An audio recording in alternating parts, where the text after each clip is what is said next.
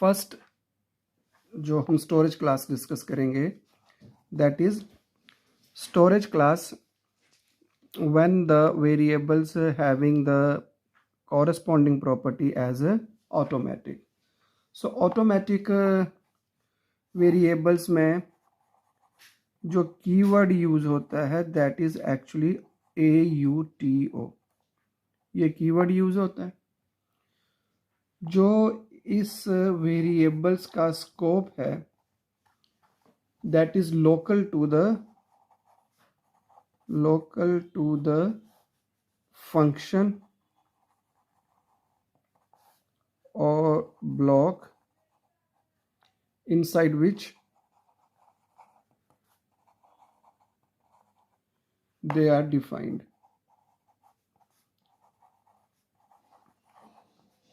मतलब जैसे local variables के बारे में हमने डिस्कस किया था, सो तो हम बोल सकते हैं कि दे आर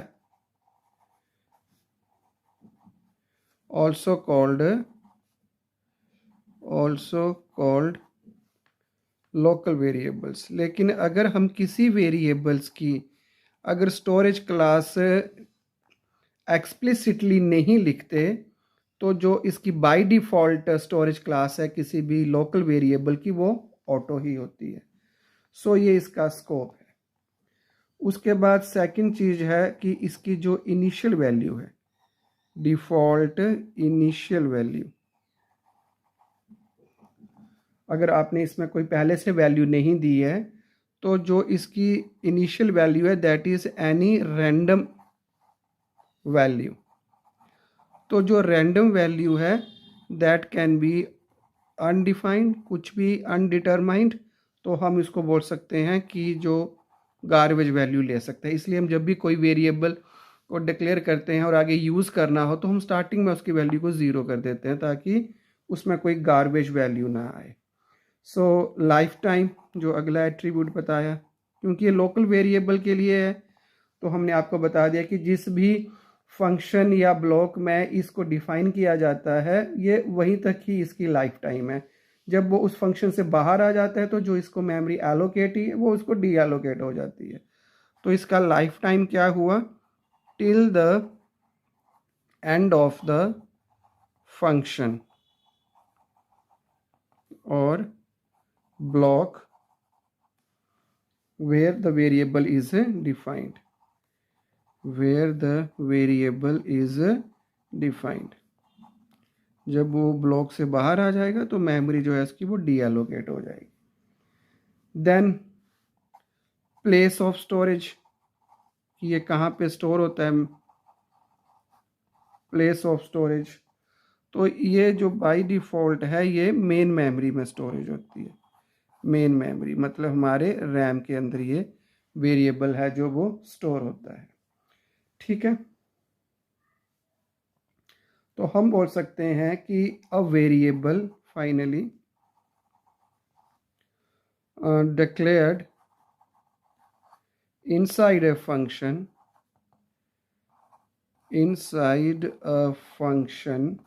विदाउट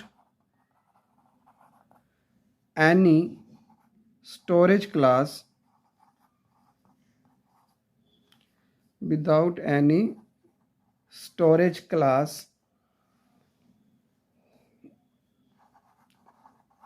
specification, अगर हमने कोई स्पेसिफाई ही नहीं किया है, is by default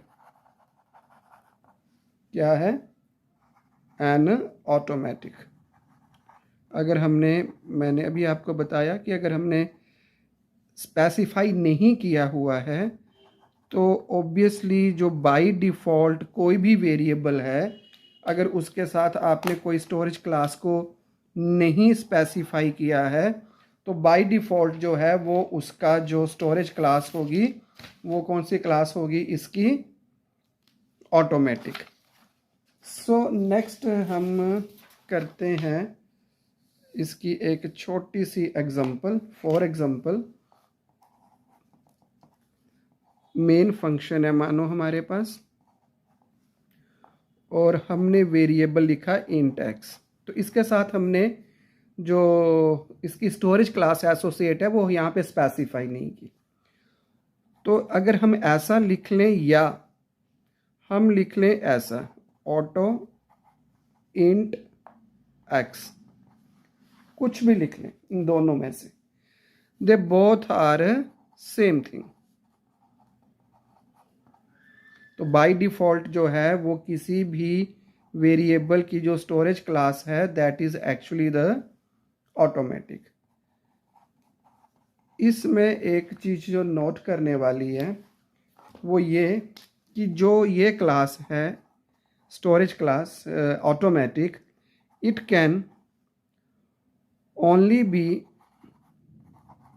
used within a function, within a function or a block। ठीक है, क्या मतलब हुआ इसका? That is only for local variables. ये इंपॉर्टेंट चीज है यहाँ पे कि जो ऑटोमेटिक स्टोरेज क्लास है that can be only and only be used for local variables and not for global variables.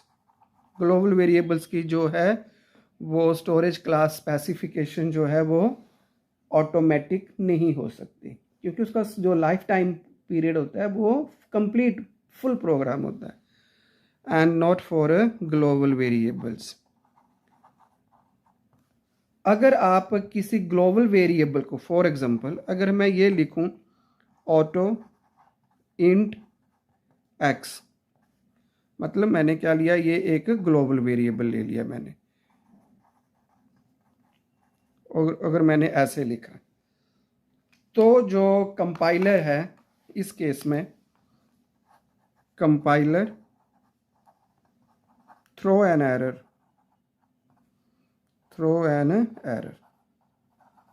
और वो एरर जो है वो किस टाइप का देता है? वो error that is incompatible storage class. So जो ग्लोबल वेरिएबल है, ग्लोबल वेरिएबल जो है वो ऑटोमेटिक स्टोरेज क्लास के साथ एसोसिएट नहीं हो सकता।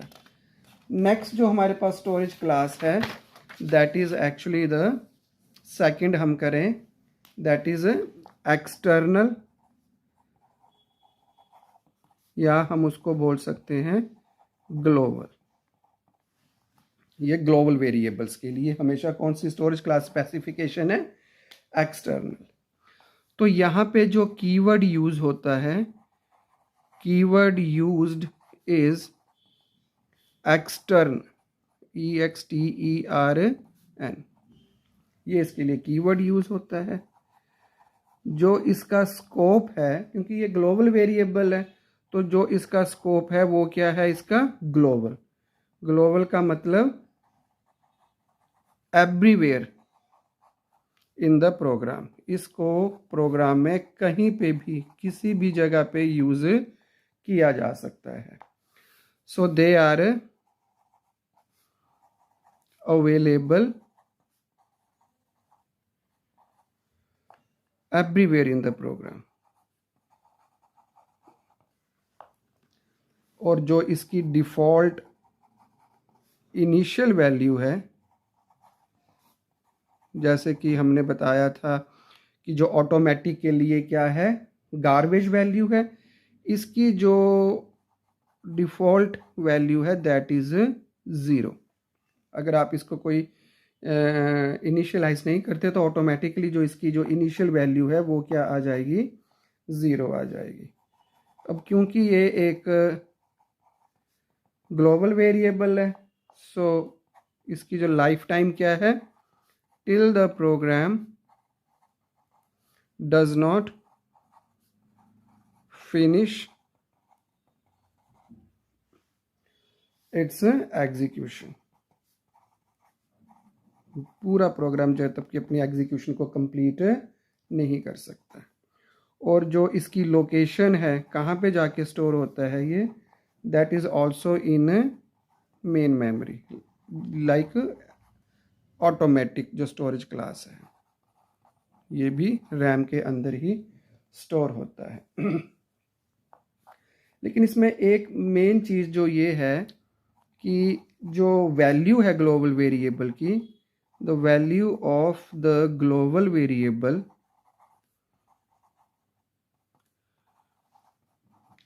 Can be changed. जिस फंक्शन में आप इसको यूज करोगे, कोई नई वैल्यू दोगे तो वो वैल्यू को एक्सेप्ट कर सकता है।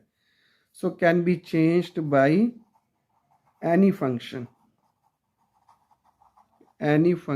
इन the program. Okay, for example अगर हम आपको बताएं कि